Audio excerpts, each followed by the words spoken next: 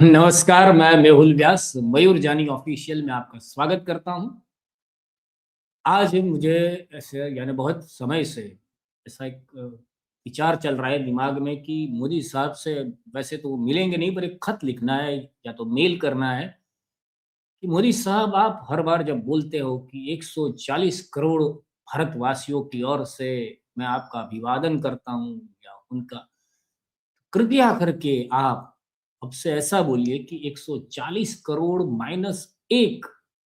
क्योंकि मैं क्यों, जैसे अभी ट्रम्प को बोला कि आपने डील कर दी है तो ये डील बहुत अच्छी, तो उन्होंने पोस्ट की कि 140 करोड़ भारतीयों की ओर से मैं ट्रम्प का अभिवादन, हमें नहीं करना है, मुझे तो नहीं करना है, तो आप मेरा नाम मत लीजिए। ऐसा होता है ना कि मैं मोदी साहब की सोच से मैं तो इत्तेफाक नहीं रखता हूँ।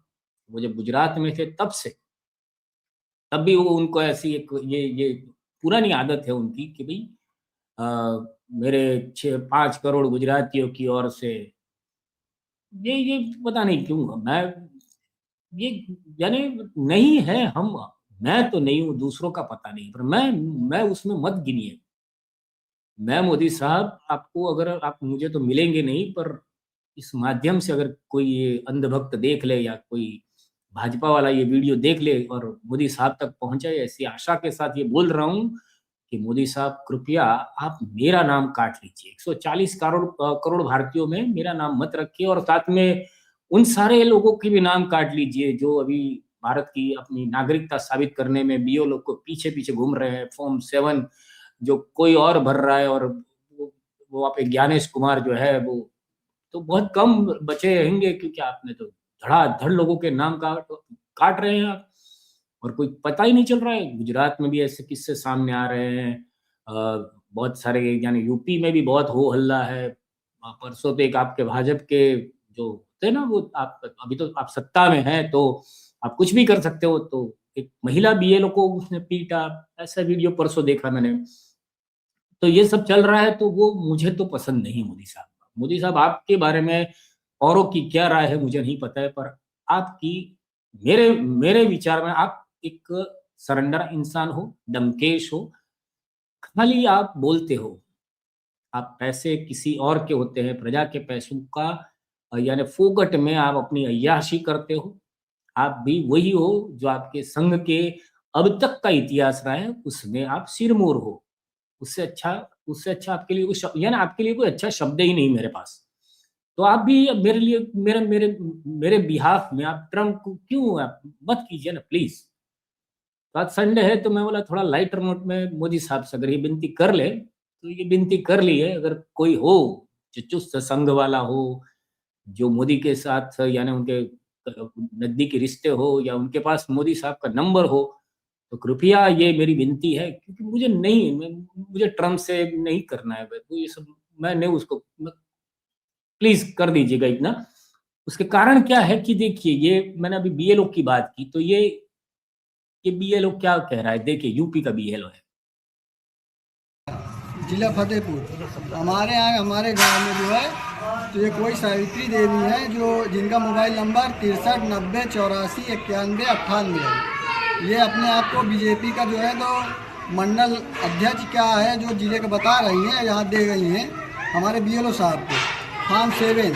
इसमें करीब 72 लोगों का नाम है जिनका नाम काटने के लिए, और सारे लोग यहाँ मौजूद हैं, और सब मतलब उनका नाम काटने के लिए दे गई हैं, और सारे सब लोगों ने अपना डॉक्यूमेंट भी दे दिया बीएलओ साहब को।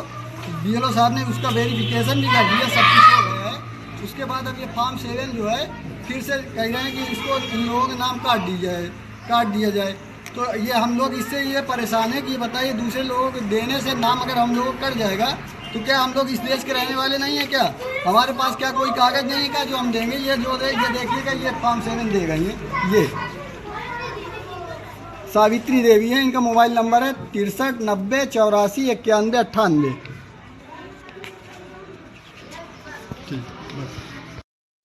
तो ऐसे हालात है, फॉर्म 7 कोई भी भर रहा है। हमारे अभी गुजरात में तो ऐसे ऐसे लोग आए हैं कि वो बोल रहे हैं कि भाई हमारे नाम से फॉर्म भर गया है, हमको पता ही नहीं है।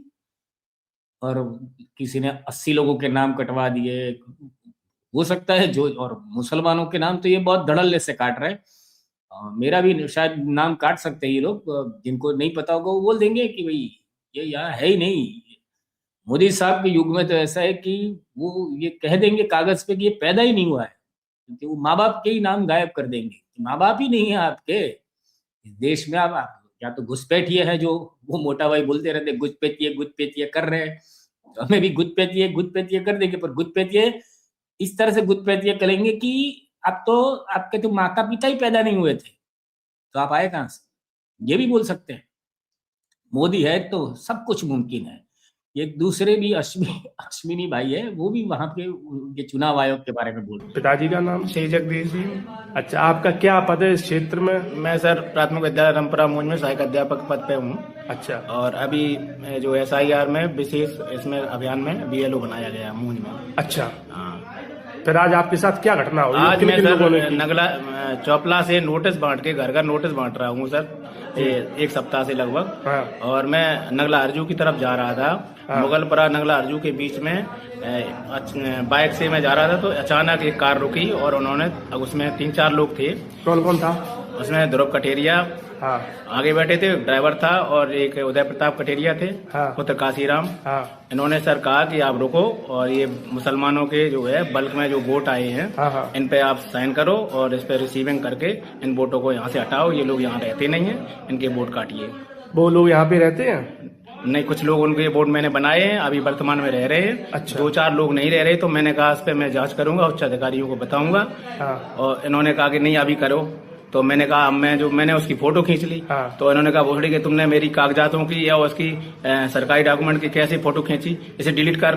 तो इन्होंने धक्का मुक्की की, मुझे जो है साइड पे करते हुए मेरा मोबाइल खींच लिया और मेरा पटक दिया मोबाइल की स्क्रीन टूट गई, और मुझे धमकाते हुए बाहर निकले और उन्होंने धक्का मारते हुए मुझे खींच के जो रोड पे ले गए। मैं अकेला था, ये कई लोग थे, तो इन्होंने मुझे जान से मारने की धमकी दी, जूता उतार के माँ बहन की गालियां दी, अभद्रता दी, बदतमीजी, और मुझे धक्का मारते हुए ले गई।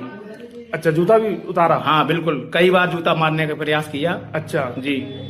फिर आपने क्या किया? मैं अकेला था, मैं क्या कर पाता, मेरा मोबाइल। अब बताइए मोदी जी, ऐसे वीडियो देखता हूं मैं तो, और जो सत्य बहुत सारा ढूंढता हूं, तो मैं क्या आपके साथ सहमत हो सकता हूं? नहीं हो सकता हूं, क्योंकि आपके पास तो कैसे कैसे नमूने हैं। देखिए, ये गिरिराज सिंह, आप सर एक आपके मंत्र ये गिरिराज सिंह जो जो जिन्होंने मोदी जी को संसद में, कांग्रेस की 3 महिला सांसद उन्हें मार देने वाली थी, ये वाली बात कही थी, ऐसी कॉन्स्पिरेसी खड़ी कही। फिर दूसरे एक ने बोला कि वो महिला संसद के पास कोई हथियार नहीं होता, वो उनको यानी दांत से, यानी मोदी कागज का टुकड़ा है, यानी 3 महिलाएं उनको यानी काट काट के खत्म कर देती। और वहां पे बैठे सब जो बहुमती सरकार है, वो सब बैठ के तालियां बजाते, क्योंकि उनको आदत पड़ गई है कि कुछ भी हो, वो अपनी जो पाटली होती है, वो बेंच होती है, उस पर हाथ ठोकना होता है। तो अगर वो अगर इनकी बात मान ले, तो समझिए कि वो 3 मोदी साहब आते बैठते, वो 3 महिला नजदीक जाती। ओम बिरला भी शांति से बैठ के, देखिए गरिमा का पालन कीजिए, आपको ये नहीं करना चाहिए माननीय सदस्य, वो बोलते रहते।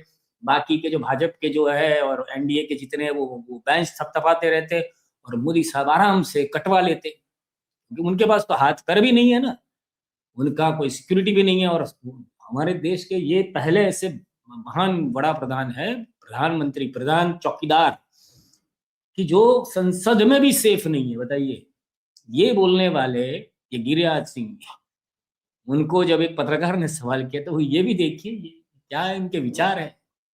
पकड़े जाते हैं। सर एक आपके मंत्रालय का सवाल है कि आप लोगों का ड्रीम प्रोजेक्ट PM मित्र पार्क को लेकर के जो आपने फैसला लिया, 7 राज्यों को आपने चुना, अब बिहार से आते हैं, बिहार को सर एक भी पार्क नहीं मिला, बिहार के लोग सवाल उठा रहे हैं। नहीं, सवाल नहीं उठाने का है। हम जिसने वो क्राइटेरिया पूरा किया उसको दिया, आगे फिर दूसरा बनाओ। चलिए यार ऐसा निगेटिव प्रश्न क्यों करते हैं? ऐसा नेगेटिव प्रश्न क्यों करते हो आप? आपको हर महीने जो देते हैं हम, या तो आप ले लीजिए, यानी कुछ भी ले लीजिए। मोदी साहब जो 1700-1800 करोड़ रुपए सब ये गोदी मीडिया को देते हैं, जो बेचारे सुबह से उठ के रात तक या तो सोते में भी जीभ लबलबाते हैं, चाटना उनकी अभी आदत सी बन गई है, क्योंकि इस देश का नागरिक एक आम आदमी कुछ भी हो उसका, उनको उससे फर्क नहीं पड़ता, अपनी जेब भरती है, अपना काम बनता, भाड़ में जाए जनता। ये अभी इन्होंने साबित करके रखा है, क्योंकि देखिए ये इनके ही एक तेजस्वी ऐसे यानी प्रतिभावान एक नेता है, उन्होंने तो महिलाओं को बोल दिया है, देखिए ये भी सुनिए। हमारी बहू के भी दे दो, ये देश आपका है, यहाँ का देश का प्रधानमंत्री नरेंद्र मोदी है, जिनसे लोकप्रियता तो उनकी है पर लोग उनसे स्नेह और प्यार भी, श्रद्धा भी रखते हैं, जो दिल्ली से गेहूं पहुंचा रहे हैं आपके लिए। ये करण वर्मा है, लाडली बहन योजना में वो उन लाडली बहनों को ये किस तरह से धमका रहे हैं, देखिए ये मोदी युग है। दिल्ली से किसानों के लिए पैसा पहुंच रहा है, किसान सम्मान निधि पहले कांग्रेस की सरकार देती थी क्या? आपकी पेंशन दे रहे हैं, लाडली बहन अपने यहाँ 894 बहनों को 1500 रुपये महीना दे रहे हैं। आई कितनी बहनें? अब एक दिन बोलेंगे सब मैडम को, सबको बुलाओ, बहना को नहीं आई तो नाम कट जाएगा उनका, दे देंगे यहां से रिपोर्ट। अरे भाई जो देता उसका बोलो। कभी बहनों को कांग्रेस के राज में पैसा मिलता था क्या? पहले रोड बनवाया था अपन थे जब, इसके बाद ये रोड बना, क्या रोड बना? अभी ये कोई करण वर्मा जी से पूछे कि भाई नरेंद्र दामोदर दास मोदी अपनी जेब से पैसा देता है, उसके बाप दादा ने छोड़ के गए थे इस देश में ऐसे पैसे। वो चाय बेचने वाला जो, वो भी झूठ का जुमला है, वो जनता के पैसे यानी जो टैक्स पेयर्स लोग हैं, जो टैक्स पे कर सकते हैं, दे सकते हैं, उनका पैसा गरीबों में अनाज 80 करोड़ को अनाज बांटता है, ऐसी योजनाएं करके मुफ्त में राशन बांटता है। तो वो ऐसे उनके नेता उसकी तारीफ कैसे कर सकते हैं? अगर आप नरेंद्र दामोदर दास मोदी अपने दामोदर दास की जो संपत्ति है उनमें से कुछ दान करे तो वही जरूर वो लोगों को तारीफ करनी चाहिए। अरे तो जनता का पैसा, यानी इसकी टोपी उसके सर और तालियां खुद बटोरेगा। तो मोदी साहब ये सारी बातें, इसीलिए मैं आपके विचारों के साथ, यानी मैं संघ और भाजपा के जो वैचारिक आपका जो कीचड़ है उसके साथ मैं वैचारिक ताल्लुक नहीं रख पाता हूँ। तो मेहरबानी करके अभी अगर अगली बार आपको ट्रंप को, अगर या तो किसी और को, आपका तो कभी मेलोनी को, आप तो किसी को भी बोलते हैं, या जब भी बोलते हैं आपको जब भी मन करे कि 140 करोड़ भारतीयों की ओर से, तो उसमें प्लीज -1 ये इतना बोल दीजिए, क्योंकि मुझे अच्छा लगेगा। आप वैसे तो कुछ करते नहीं है किसी को अच्छा लगे, ऐसा कुछ भी आप नहीं करते। आप वही करते जो आपके मित्रों को अच्छा लगे, आपके जो आका है उनको अच्छा लगे। पर एक मेरी भी बात, अगर आपको लगे कि भाई अगर आपको इच्छा हो तो आप, बाकी आपकी जो मर्जी वो करें। तो ये सारी बातें हैं, उसमें एक उनके ही तेजस्वी जो उनके भाजपा के वॉशिंग मशीन में यानी क्लीन होके बाहर आ गए हैं, और अभी तो मुख्यमंत्री भी है, आसाम के मुख्यमंत्री है, बहुत ही तेजस्वी है ये भी। उनके बारे में ये 4 तारीख की घटना है जो ज्यादातर मीडिया में दिखी नहीं है। तो उसमें जो हुआ है ऐसा कि जो हेमंता बिस्वा शर्मा है, जो असम के मुख्यमंत्री, उनके करप्शन, उनके ऊपर तो पहले भाजपा ने ही ऐसे घोटालों के आक्षेप किए थे, फिर वो भाजपा में आ गए तो वो पवित्र और गटर शुद्ध हो गए। तो गटर शुद्ध हेमंता बिस्वा शर्मा के सामने कांग्रेस ने एक वेबसाइट बनाई और लोगों से कहा कि भाई आप अपने विचार इस पे व्यक्त कीजिए, आप इससे जुड़िए। तो उस पर जो, क्योंकि बीजेपी का क्या है कि उनका सारा काम प्रचार जीवी लोग है, प्रचार करने के लिए, पोस्ट करने के लिए उनके उंगलियां थनगनाट करती है, उनमें थिरकन रहती है। तो ये जो है हेमंता बिस्वा शर्मा की जो आसाम बीजेपी है, उसने ये पोस्ट की कि भाई so Congress launch a website called who is HBS via press conference. तो ये प्रेस कॉन्फ्रेंस में उन्होंने ये वेबसाइट का विमोचन किया है। अब ये जाओ और वो देखो, इस तरह से ये इनकी 4 तारीख को इन्होंने पोस्ट की। अब ये पोस्ट करने के ये जो वेबसाइट है, उस वेबसाइट पे जो आप देखेंगे तो उस पे हेमंता विश्वा शर्मा के बारे में बहुत कुछ नेगेटिव, यानी तो वो तो सत्य ही है कि वो उन्होंने जितने भ्रष्टाचार किए हैं, कि उन्होंने 4000 से ज़्यादा एकड़ बीघा यानी अपनी पत्नी के नाम पे इतनी ज़मीन अपने कब्जे में ले ली है, और बहुत सारी पूरी वेबसाइट में बहुत सारी ये बातें उन्होंने कही है। और website and CM reality in temporary down, ये हाँ हंसे थे इसलिए कि ये फोटो के साथ वहाँ पे था कि हमारी वेबसाइट में टेक्निकल एरर आई होगी, तो उधर उन्होंने कहा कि भाई ये टेम्पररी डाउन है। पर बाद में वो वेबसाइट मैंने देखी, उस पर तो तकरीबन 60,000 से ज़्यादा लोग तो जुड़ चुके हैं, बहुत सारे लोग अब तक तो जुड़ चुके होंगे, क्योंकि मैंने तो 4 तारीख को देखी थी वो वेबसाइट, तभी 4-5 तारीख को मैंने देखी थी, तो एक दिन में ही 60,000 से ऊपर के लोग इस वेबसाइट के साथ जुड़ चुके थे और वेबसाइट चालू थी। पर ये टेम्पररी डाउन जो लिखा था, इस पर हमारे एचबीएस को कांग्रेस गलत कह रही है, उस पर हंसी नहीं थी, पर हंसी इस बात पे इनको आई कि वेबसाइट तो टेम्पररी डाउन हो गई, क्योंकि उसके भ्रष्टाचार का आंकड़ा है वो उस बाजू पर छोड़िए, वेबसाइट डाउन है। तो इस बात पे उन्होंने सोचा होगा कि भाई मोदी साहब की तरह कि हम भी कुछ तंज कसते हैं, तो ये तंज कसा ऐसी पोस्ट की।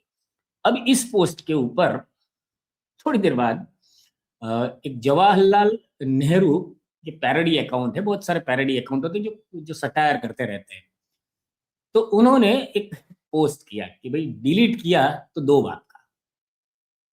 अभी उन्होंने ये लिखा डिलीट किया तो 2 बाप का, उसके बाद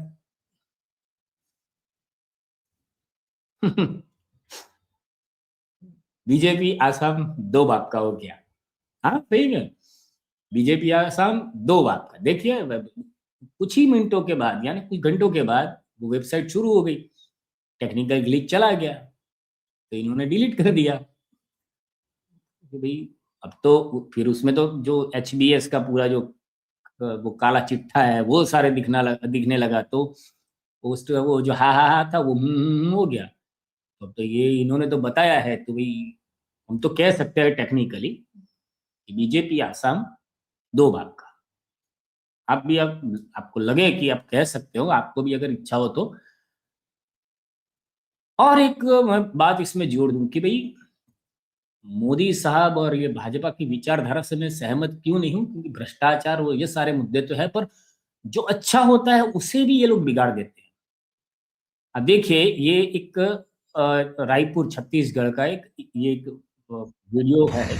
दुमका का हालत, जहाँ अच्छा रोड है पैसा कमाने का, ये जहाँ अच्छा रोड है उसको खराब कीजिए और फिर से रोड बनाइए और खूब ढेर सारा पैसा कमाइए। देख सकते हैं आप लोग, जहाँ अच्छा रोड है उसको खराब कर दिया है, फिर से इसको बनाएगा, फिर पैसा लूट लेगा। This is way of earning the money. Thank you. अच्छे खासे रोड को यानी खुरेच रहे हैं। इसमें एक दूसरा भी वीडियो है जिसमें अच्छी सड़क जो है खराब करके क्यों कर रहे हो इसको खराब? अब ऑर्डर आया है तो कर रहे हैं। कौन ऑर्डर दिया है? मेरे को पता नहीं, मैं आज आया हूँ काम पे। अच्छा, लेकिन एकदम अच्छी खबर सड़क है, आप खोद भी नहीं पा रहे हो, आपकी गाड़ी खोद भी नहीं पा रही है, तो इसको क्यों खराब किया जा रहा है? अब इसमें डामरीकरण होगा फिर तो अच्छी सड़क खराब होगा। आपको लगता है कि ऐसा करना चाहिए? नहीं, ये तो सही नहीं है। हाँ, जिधर नहीं है रोड उधर बनाना चाहिए। अच्छा, हाँ, जिधर रोड नहीं है उधर बनाना चाहिए। हाँ, लेकिन अच्छी रोड खराब करके बनाया जा रहा है। तो ये भी है। देखिए अपने किसी निजी कॉन्ट्रैक्टर का या कोई कंपनी का फायदा करने के लिए जनता का अच्छा रोड उसे बिगाड़ेंगे और सरेआम करेंगे। आपसे हो सके तो कुछ भी कर लो, क्योंकि सब कोई उनका छोटा सा कांस्टेबल से लेके सारा कुछ सिस्टम उनका है। या आप वीडियो देखेंगे, चिंता करेंगे, पर कुछ नहीं होगा।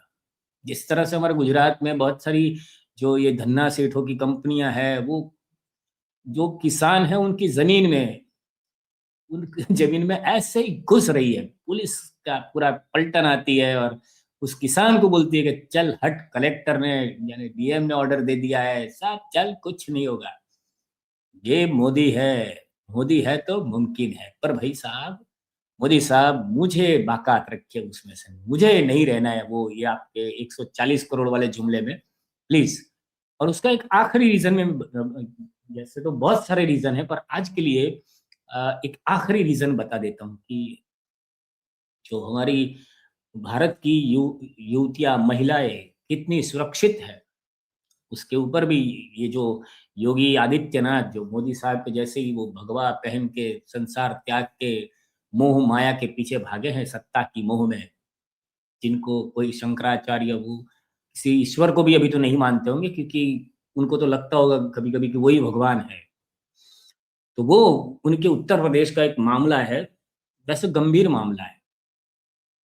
एक इन्फ्लुएंसर है जिन डांस करके अपने वीडियोस बनाती है, जो मोदी साहब ने नया रील रोजगार बनाया है, तो वो शायद कुछ आमदनी करती होगी या तो अपनी कला का प्रदर्शन करती होगी। तो उसने वीडियो बनाए, तो एक मुसलमान युवक, उसने वो वीडियोस यानी इंस्टा पे उनके यानी मैसेज करके उनको परेशान करना शुरू किया। तो उस लड़की ने जाके पुलिस में शिकायत, तो पुलिस वालों ने एक हिंदू युवक को इस महिला की या इस युवती की सहायता के लिए रखा। पुलिस वाला ही होगा शायद, पर वो तो लड़की बताएगी आपको, उसका मैं वीडियो दिखाता हूँ। अब माजरा ये है कि वो जो लड़की है, युवती है, उस हिंदू युवक से परेशान है, और वो हिंदू युवक उस मुसलमान युवक के साथ मिलकर इसको परेशान कर रहे हैं कि भाई सेटिंग कर लो, ये मोदी है तो मुमकिन है। देखिए उस लड़की की बात सुनिए। मैं डांस की वीडियोस बनाती हूँ। वहाँ पर फैज़ अंसारी नाम का लड़का मुझे बहुत ज़्यादा परेशान कर रहा था। मेरी वीडियोस उठा कर अपने इंस्टा पर लगाता था और मुझे गंदी गंदी गालियाँ देता था। इसकी शिकायत लेकर मैं कोतवाली गई। जब मैं कोतवाली पहुँची तो वहाँ पर सबने मुझसे कहा है कि ये कुलदीप राठी जी हैं, ये आपकी समस्या का समाधान करेंगे। तो मैंने उनको सारी चीज़ बताई। वो मेरी समस्या का समाधान करने की बजाय बल्कि उल्टा मेरे ही पीछे पड़ गए और मुझसे गलत संबंध बनाने की उन्होंने कोशिश करी। इंस्टाग्राम पर मुझे दिन रात कॉल, मैसेजेस, रात के 12-12 बजे कॉल्स, आई लाइक यू और मैं आपसे संबंध बनाना चाहता हूँ, आप मुझे मिलो, मॉल पर मिलो, ये सारी चीज़ें वो मेरे से बोलते हैं। मुझसे गलत संबंध बनाने की कोशिश करते हैं। मुझे इतना हरास कर दिया गया है, इतना ज़्यादा मुझे मेंटली ट्रॉमा दे दिया गया है कि मैं आत्महत्या करने पर मजबूर हो चुकी हूँ। वो कुलदीप राठी जी मेरी समस्या सुलझाने की बजाय उस फैज़ अंसारी नाम के लड़के के साथ मिलकर उसके घर वालों को मेरे घर पर भेजते हैं और मुझे मारने की धमकियां दी जाती हैं। अब आप मुझे बताइए, महिला की सुरक्षा कहाँ है इस देश में? अगर एक महिला अपनी सुरक्षा के लिए कहाँ जाती है? वो पुलिस स्टेशन ही जाती है ना। वहाँ पर मेरे साथ ये सारी घटना घटित होती है। तो अब कहाँ पर शिकायत की आपने? मैं ऊपरकोट कोतवाली में ही गई थी सबसे पहले कंप्लेन लेकर, जो कि फिर ये सारा मामला मेरे साथ हुआ। अभी हम एसएसपी ऑफिस आए हैं, उन्होंने एफआईआर के आदेश तो दिए हैं, देखिए आगे क्या होता है। देखिए आगे क्या होता है। आगे क्या होता है? वही होता है जो कुछ नहीं होता है। ये तो वही मोदी है तो मुमकिन है। तो आज संडे है, तो आज संडे के दिन ऐसी कामना करते हैं कि भाई आपका दिन हंसी खुशी बीते और मेरा भी बीते और मेरी बात जो है, मेरे मन की बात मोदी साहब तक पहुंच जाए और वो अगले भाषण में बोले कि 140-1 करोड़ लोगों की ओर से मैं ट्रम्प साहब को बधाइयां देता हूं या ट्रम्प साहब का आभार व्यक्त करता हूं, ऐसे बोले तो मैं समझूंगा कि मेरी बात उन तक पहुंच गई है, जिनके चांसेस मुझे बहुत कम लग रहे हैं। पर मुझे लगता है कि अगर आप तक मेरी बात पहुंची है तो आप इस वीडियो को लाइक कीजिए। आप तक मेरी बात पहुंची है और आपको लगता है कि भाई इसको और लोगों तक पहुंचाना चाहिए कि शायद मोदी साहब बोले कि 140 करोड़ माइनस उसका आंकड़ा बढ़ाना है, बहुत सारे ऐसे, तो इस वीडियो को शेयर भी कीजिए। और अगर आपको लगता है कि इस चैनल को सब्सक्राइब कर लेंगे तो ऐसे ही मज़ेदार बातें सुनने को मिलेगी, तो चैनल को सब्सक्राइब भी कर ले और हमारा सहकार दे। बस अभी के लिए इतना ही। भारत माता की जय।